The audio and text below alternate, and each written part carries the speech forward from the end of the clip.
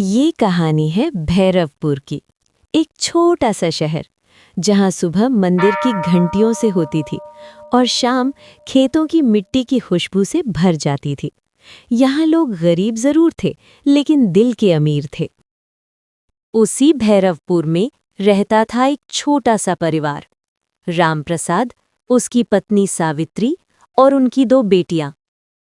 राम प्रसाद एक ईमानदार ठेकेदार था, पर एक दिन एक सड़क दुर्घटना में दोनों बेटियों के माता पिता की मौत हो जाती है और उसी दिन से शुरू हुई 2 बहनों की ऐसी किस्मत जिसे सुनकर आपका दिल कांप जाएगा।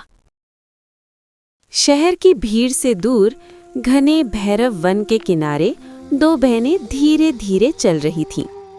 बड़ी बहन नंदिनी और छोटी बहन गुड़िया उसका पल्लू कसकर पकड़े हुए थी। माता पिता की अचानक मौत के बाद लालची रिश्तेदारों ने उनकी जमीन छीन ली और उन्हें घर से निकाल दिया। गुड़िया डरते हुए बोली, दीदी, अब हम कहाँ जाएंगे? क्या हमारा घर कभी वापस मिलेगा? पता नहीं गुड़िया, लेकिन जब तक मैं हूँ तुझे कुछ नहीं होने दूंगी। मुझे बहुत डर लग रहा है दीदी। डर मत, भगवान ने घर छीना है, हिम्मत नहीं छीनी। हम अपनी दुनिया खुद बनाएंगे। दोनों ने जंगल के अंदर लकड़ियां काटकर एक छोटी झोंपड़ी बना ली। वही उनका घर बन गया।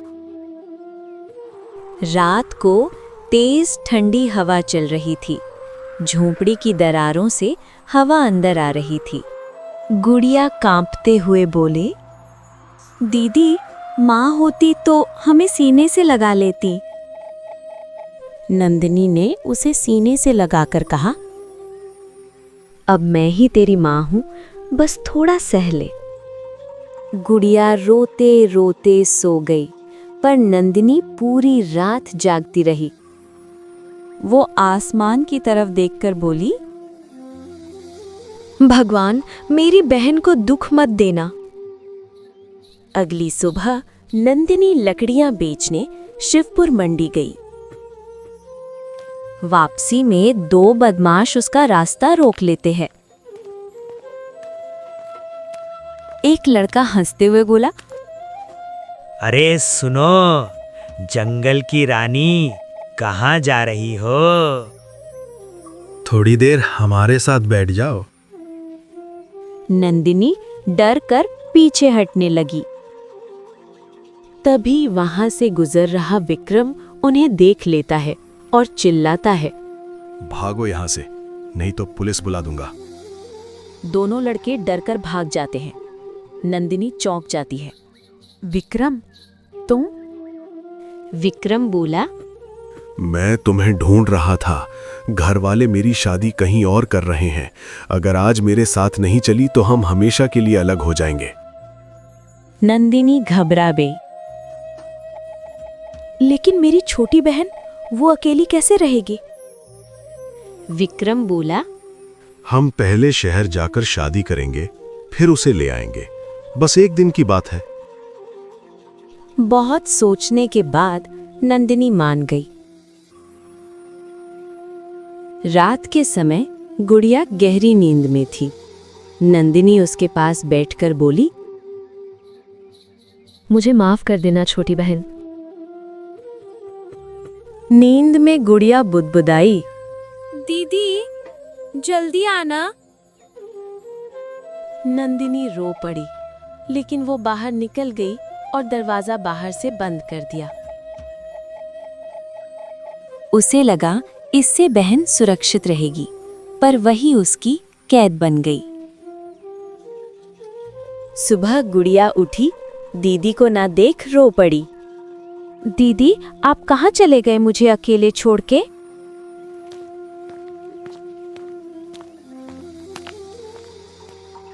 दीदी, दीदी, दरवाजा खोलो। दोपहर तक वो भूख से रोती रही।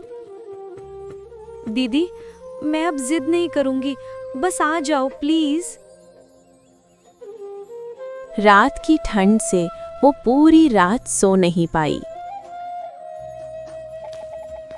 अगली सुबह लकड़हारा भैरव जंगल में लकड़ी काटने जा रहा था। जब वो झोपड़ी तक पहुंचा तो भैरव को अंदर से गुड़िया की रोने की आवाज आ रही थी।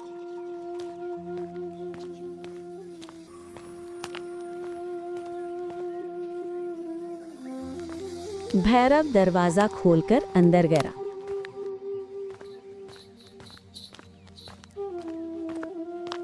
अरे बेटी, तुम रो क्यों रही हो और इस झोपड़ी में क्या कर रही हो? गुड़िया ने भैरव को सारी बात बताई। एक काम करो बेटी, तुम मेरे साथ चलो मेरे घर।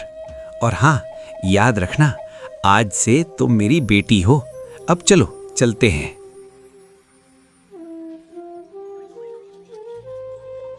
भैरव और उसकी पत्नी ने उसे अपनाने का नाटक किया। वहां उनकी एक और लड़की पायल भी थी, पर उसे रहते रहते आदत हो गई। कुछ महीनों बाद पता चला कि भैरव बच्चों को बेच देता है। अरे बच्चों, जाओ इन अंकल के साथ घूम के आओ। नहीं बापूजी, आप भी साथ में चलिएगा। अरे बेटी, जिद नहीं करते, चलो जाओ। भैरव ने गुड़िया और पायल को उस बदमाश को देखे उस बदमाश से पैसों से भरा बैग लेता है। रास्ते में उन्होंने सुना, सर, 2 लड़कियां हैं, अच्छी कीमत मिलेगी। गुड़िया डर दे।